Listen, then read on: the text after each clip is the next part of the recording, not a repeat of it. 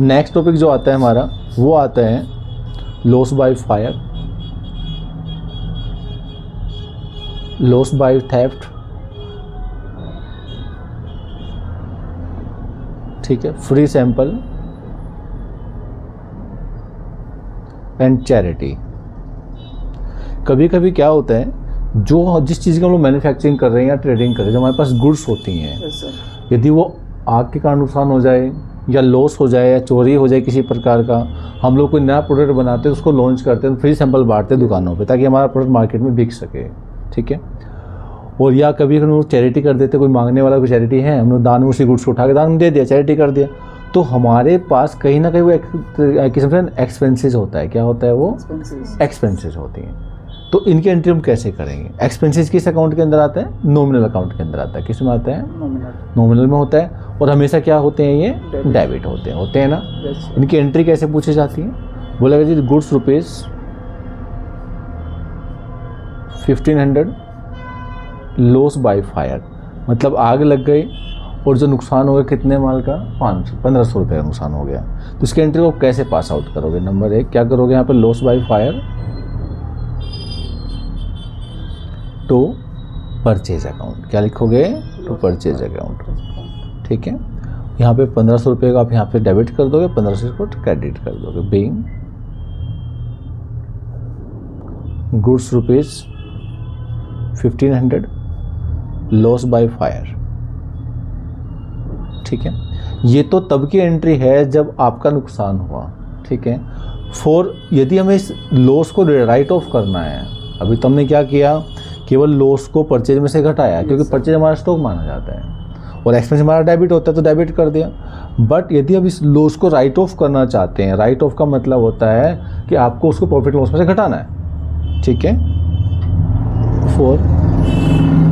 बोलो return of losses.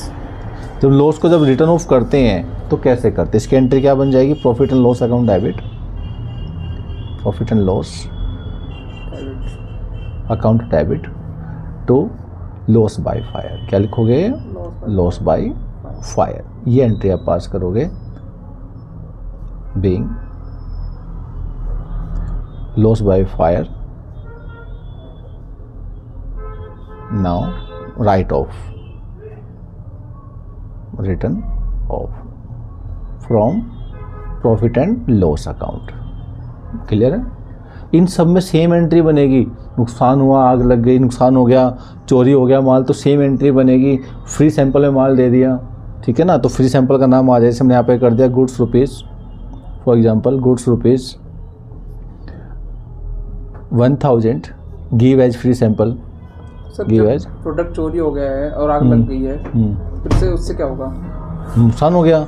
यदि product का इंश्योरेंस नहीं हो रखा, क्योंकि कंपनी क्या करती है, अपने प्रोडक्ट का इंश्योरेंस भी करवा लेते हैं। इन केस इंश्योरेंस नहीं हो रखा तो हम उसकी बात कर रहे हैं, क्योंकि इंश्योरेंस का टॉपिक आ गया आएगा। कभी कभी कंपनी क्या करती है, अपने प्रोडक्ट का इंश्योरेंस करवा लेती है, गोडाउन का इंश्योरेंस कर देती है, ठीक है। इंश्योरेंस भी क्या करती है कंपनी, कई बार पूरे अमाउंट को मतलब क्लेम कर देती है, जितना नुकसान हुआ था, कभी 50% करती है, कभी परसेंटेज में करती है, ठीक है ना। वो अगर वो मतलब नेक्स्ट केस में आएगा, वो फिलहाल हम इसके देखेंगे, ठीक है। कहते हैं goods rupees 1000 give as free sample. तो एंट्री क्या करोगे यहाँ पर? फ्री सैंपल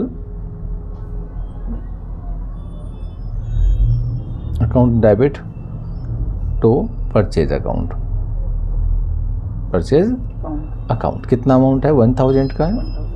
ये कहीं ना कहीं मार्केटिंग की है, एडवर्टाइजमेंट में काम आता है सारा ये चीज़ें। Being goods rupees 1000 give as free sample, free sample. Clear है?